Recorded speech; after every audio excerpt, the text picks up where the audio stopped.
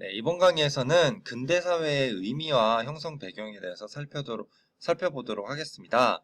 근대사회라는 것은요, 이 근자가요, 여러분 역사 시간에 배웠을 거예요. 가까울 근자입니다.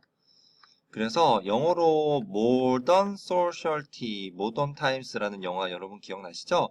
이게 현대라고 번역이 되기도 해요. 근데 우리가 지금 현재 살고 있는 사회를 현대라고 하는데 이론적으로 현대라고 설명하면 지금이랑 구분이 안 되니까 이걸 따로 가까운 시대라고 해서 근대라는 개념을 새로 만들어내게 됩니다. 이 근대는 뭐와 차이점을 설명하기 위해서 만든 개념이냐면 전통사회. 전통사회, 우리 조상들이 살고 있는 전통사회에서 우리가 살고 있는 사회로 넘어오면서 어떤 것들이 달라졌을까에 대해서 이론적으로 설명하기 위해서 근대라는 개념을 만들어낸 거예요. 그러면 우리가 근대사회가 전통사회와 어떤 점이 다른지에 대해서 알면 되겠죠? 그래서 그 부분에 대해서 짚어보겠습니다. 우리 조상들이 살던 전통사회는 농업과 같은 1차 산업이 가장 중요한 산업이었고요. 그러면 여러분이 농업이라는 산업의 특징을 생각을 해보세요. 그러면 뭔가 시골의 한 곳에 머물러서 오랫동안 꾸준히 확대 가족을 중심으로 이웃과 협력하면서 살아가는 그런 마을 공동체 이런 것들이 떠오르지 않으세요? 그러니까 그런 사회의 특징들이 바로 전통 사회의 특징들이고, 반면에 근대 사회에서는 2차 산업, 즉 공업의 비중이 높아지고 여기에 따라서 상업이 발전하고 다시 이제 정보화가 이루어지게 되고 하면서 농업 사회와는 다른 여러 가지 사회적 특징이 나타나게 되었잖아요. 사람들이 도시로 몰려들고 열심히 교육을 받아서 여러 가지 직장들을 가지게 되고, 그러한 여러 가지 사회적인 변화가 바로 근대 사회의 특징들이 되는 것입니다. 그래서 여기 보면 근대화는 경제적 측면뿐만 아니라 정치적, 사회문화적 측면에서 나타나는 사회 전반적인 변화로서 공업화, 서구화, 도시화, 합리화, 민주화 등 다양한 의미를 담고 있다는 거예요. 그래서 다음 페이지에 이어지는 내용도 이제 비슷한 내용들이에요. 근대화, 근대사회 형성이 정치적인 측면에서는 근대화는 바로 민주화를 뜻하는 거고, 경제적인 측면에서 근대화라는 것은 공업화와 그에 따른 상업화, 그리고 자본주의의 발달, 자본주의적 생활 양식의 확산, 그리고 거기에 따라서 이제 사람들이 도시로 몰려들어서 살게 되죠. 도시화가 이루어지게 되는 그 과정이 바로 경제적 측면에서의 근대화라고 할 수 있고요. 사회문화적 측면에서의 근대화라는 것은 바로 합리주의와 개인주의적 생활 양식의 확산, 그리고 다원주의 뜻 여기 나와 있거든요. 그래서 여러 가지 가치와 다양성을 인정하는 그런 포용하게 되는 그런 어떤 인식이 확산되는 것, 계몽주의의 확산, 이런 것들이 바로 사회문화적 측면에서의 근대화라고 할 수 있겠습니다. 여기 합리성이라는 개념이 약간 어려울 수 있어요. 사람이 합리적으로 행동해야지라고 하는데 그게 구체적으로 어떤 의미이지라고 의아해할 수 있는데, 그거에 대해서 다시 앞 페이지로 가면 자세히 설명해 놓고 있어요. 근대 사회에서 특히 서구 문명에서 강조하는 합리성이라는 것은요, 뭔가 미신이나 주술 등에서 벗어나는 탈신비화예요. 그러니까 뭔가 기도드리고 기우제 지내고 해서 문제를 해결하는 것이 아니라 정확히 합리적인 과학적인 근거를 가지고 일들을 추진해 가는 것, 그것이 바로 합리주의인 것인데요. 그것을 다른 말로 뭐라고 표현하냐면 계산 가능성이라고 표현하고 있어요. 그래서 여기 밑에 사례를 보면 고흐의 그림과 사열의 그림이 뭐가 더 가치가 있느냐라고 한다면 사람들의 미적 취향에 따라 달라질 수 있는 거잖아요. 그런데 근대사에서 강조하는 합리성으로 설명을 하자면 두 그림 중에 어느 그림이 더 가격이 비싸냐.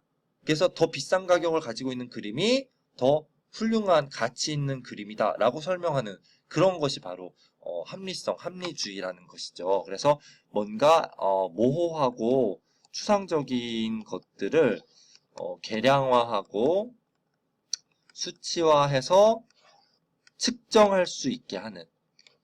그래서 수학이 발전해요. 우리가 싫어하는 그런 수학이 근대 사회에 들어서 엄청나게 발전을 하게 된 이유가 바로 이 합리성, 합리주의에 대한 강조 때문이다라는 부분이고요. 우리가 정치적 측면, 사회문화적 측면에서의 근대화도 살펴보았기 때문에 우리 사회가 얼마나 근대화되었을까라는 부분 221쪽의 밑에 있는 표를 가지고 우리 사회의 근대화 정도를 한번 측정해 볼 수 있을 것 같아요. 그래서 뭐 시민의 자유, 시민의 평등, 뭐 법이 모든 시민에게 공평하게 적용되는가 이런 부분에서 우리가 지금 살고 있는 사회에 굉장히 불만족스럽고 후퇴하고 있는 측면들이 있잖아요. 그러면 뭔가 우리나라의 근대화, 근대성이 점점 떨어지고 있다 이렇게 평가를 할 수도 있는 거죠. 그렇죠? 우리 사회의 경우에는 경제적으로는 충분히 근대화가 됐어요.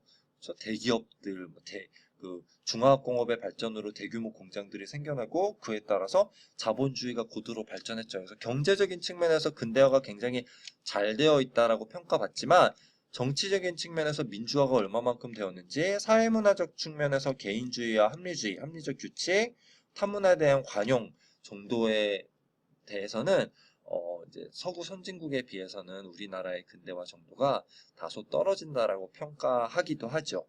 그렇죠? 여기에서 이제 제가 추가로 설명을 드릴 것이 뭐냐면요.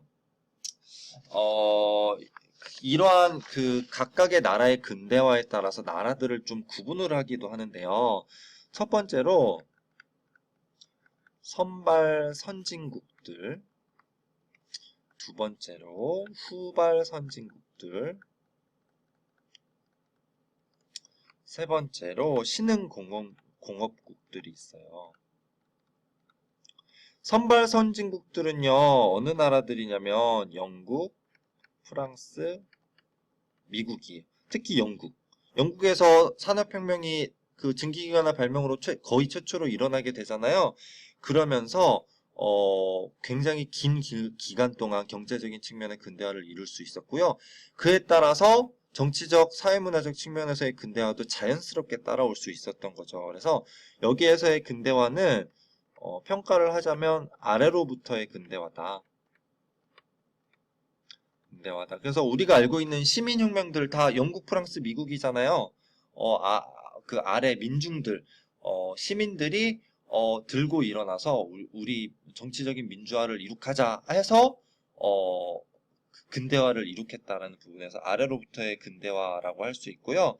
그리고 그에 따라서 그런 그 경제적 측면에서의 산업화와 정치적인 측면에서의 민주화가 적절히 조화를 이룰 수 있게 되었다는 거죠. 그렇죠? 반면에 후발 선진국들은 영국과 프랑스와 미국을 열심히 따라가려고 노력했던 국가들이고요. 대표적으로 독일이랑 일본이 있어요. 이런 나라들은 위로부터의 근대화를 했거든요. 위로부터의 근대화. 이건 뭐냐면요. 지배계층, 즉, 독일과 일본 같은 그 정치인들이 외국으로부터 그 문명을 받아들여서 영국, 프랑스, 미국을 빨리 따라가야 됐기 때문에 아래의 그런 어떤 민주적인 어떤 합리주의적인 요구에 귀 기울이지 않고 그런 지배계층의 이해에 부합하는 방식의 공업화, 산업화를 중심으로 근대화가 이룩되었다는 거죠. 그래서 위로부터의 근대화라고 할 수 있고요. 그래서 독일과 일본에서는 좀처럼 그 영국, 프랑스, 미국과 같은 시민혁명의 역사를 찾아보기 힘들어요. 그래서 그 산업화와 민주화가 선발 선진국만큼 조화를 이루진 못했겠죠. 그리고 뭐가 나타나게 되냐면 전체주의가 나타나게 됩니다. 독일, 일본의 파시즘, 군국주의, 그런 전체주의에 의한 공업화, 산업화가 이룩된 다음에 경험 후에 뒤늦게 민주화를 경험하게 되는 거죠. 이게 이제 후발 선진국의 특징이고요. 신흥공업국들은요, 어떤 나라들이 있냐면요, 우리나라, 그 다음에 대만, 싱가포르, 홍콩 이런 나라들. 그 아시아의 네 마리의 용, 뭐 이렇게 일컬어졌던 그 나라들 있잖아요. 이런 나라들이 대표적인 신흥공업국으로 일컬어지고 있고요. 이런 나라들은 후발 선진국과 좀 비슷해요, 성향이. 그래서 국가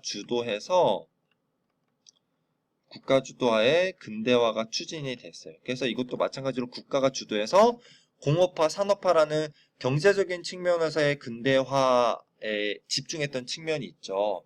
그래서 어쨌든 이 신흥공업국이 후발 선진국, 선발 선진국을 따라가기 위해서 엄청나게 빠른 속도, 급속도로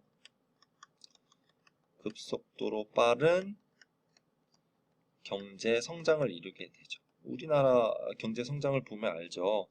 그러다 보니까 어떤 문제가 나타나게 되느냐? 소득 분배가 선진국들에 비해서 굉장히 불균형해진다. 우리 앞 단원에서 불평등 배우면서 봤잖아요. 우리나라의 복지예산 지출이 GDP의 10%밖에 안 돼. 그것은 신흥공업국의 특징이라고 할 수 있죠. 선진국들은 오랫동안 아래로부터의 요구에 의해서 복지제도가 발전해온 반면에 우리나라는 그 역사가 짧기 때문에 소득 분배가 굉장히 불균형하고 그다음에 심각한 환경오염 문제를 가져오게 되었어요. 그래서 최근 들어서 이런 소득 분배 불균형을 해소하기 위한 경제민주화, 그다음에 환경오염을 해소하기 위한 어떤 생태주의의 대두가 특히 우리나라에서 활발하게 벌어지고 있죠. 그리고 이제 정체적인 의미에서의 민주화도 1980년대 이후에 열심히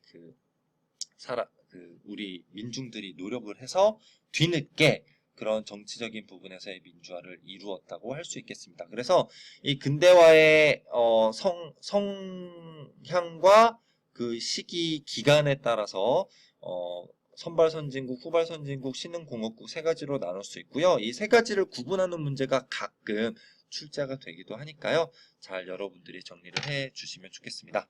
다음 시간에는요. 이 근대화를 둘러싸고 근대화 이론과 종속 이론이 서로 대립하고 있는데요. 그 각각의 이론이 어떤 내용을 담고 있는지에 대해서 살펴보도록 하겠습니다. 이번 시간 이상 마칠게요.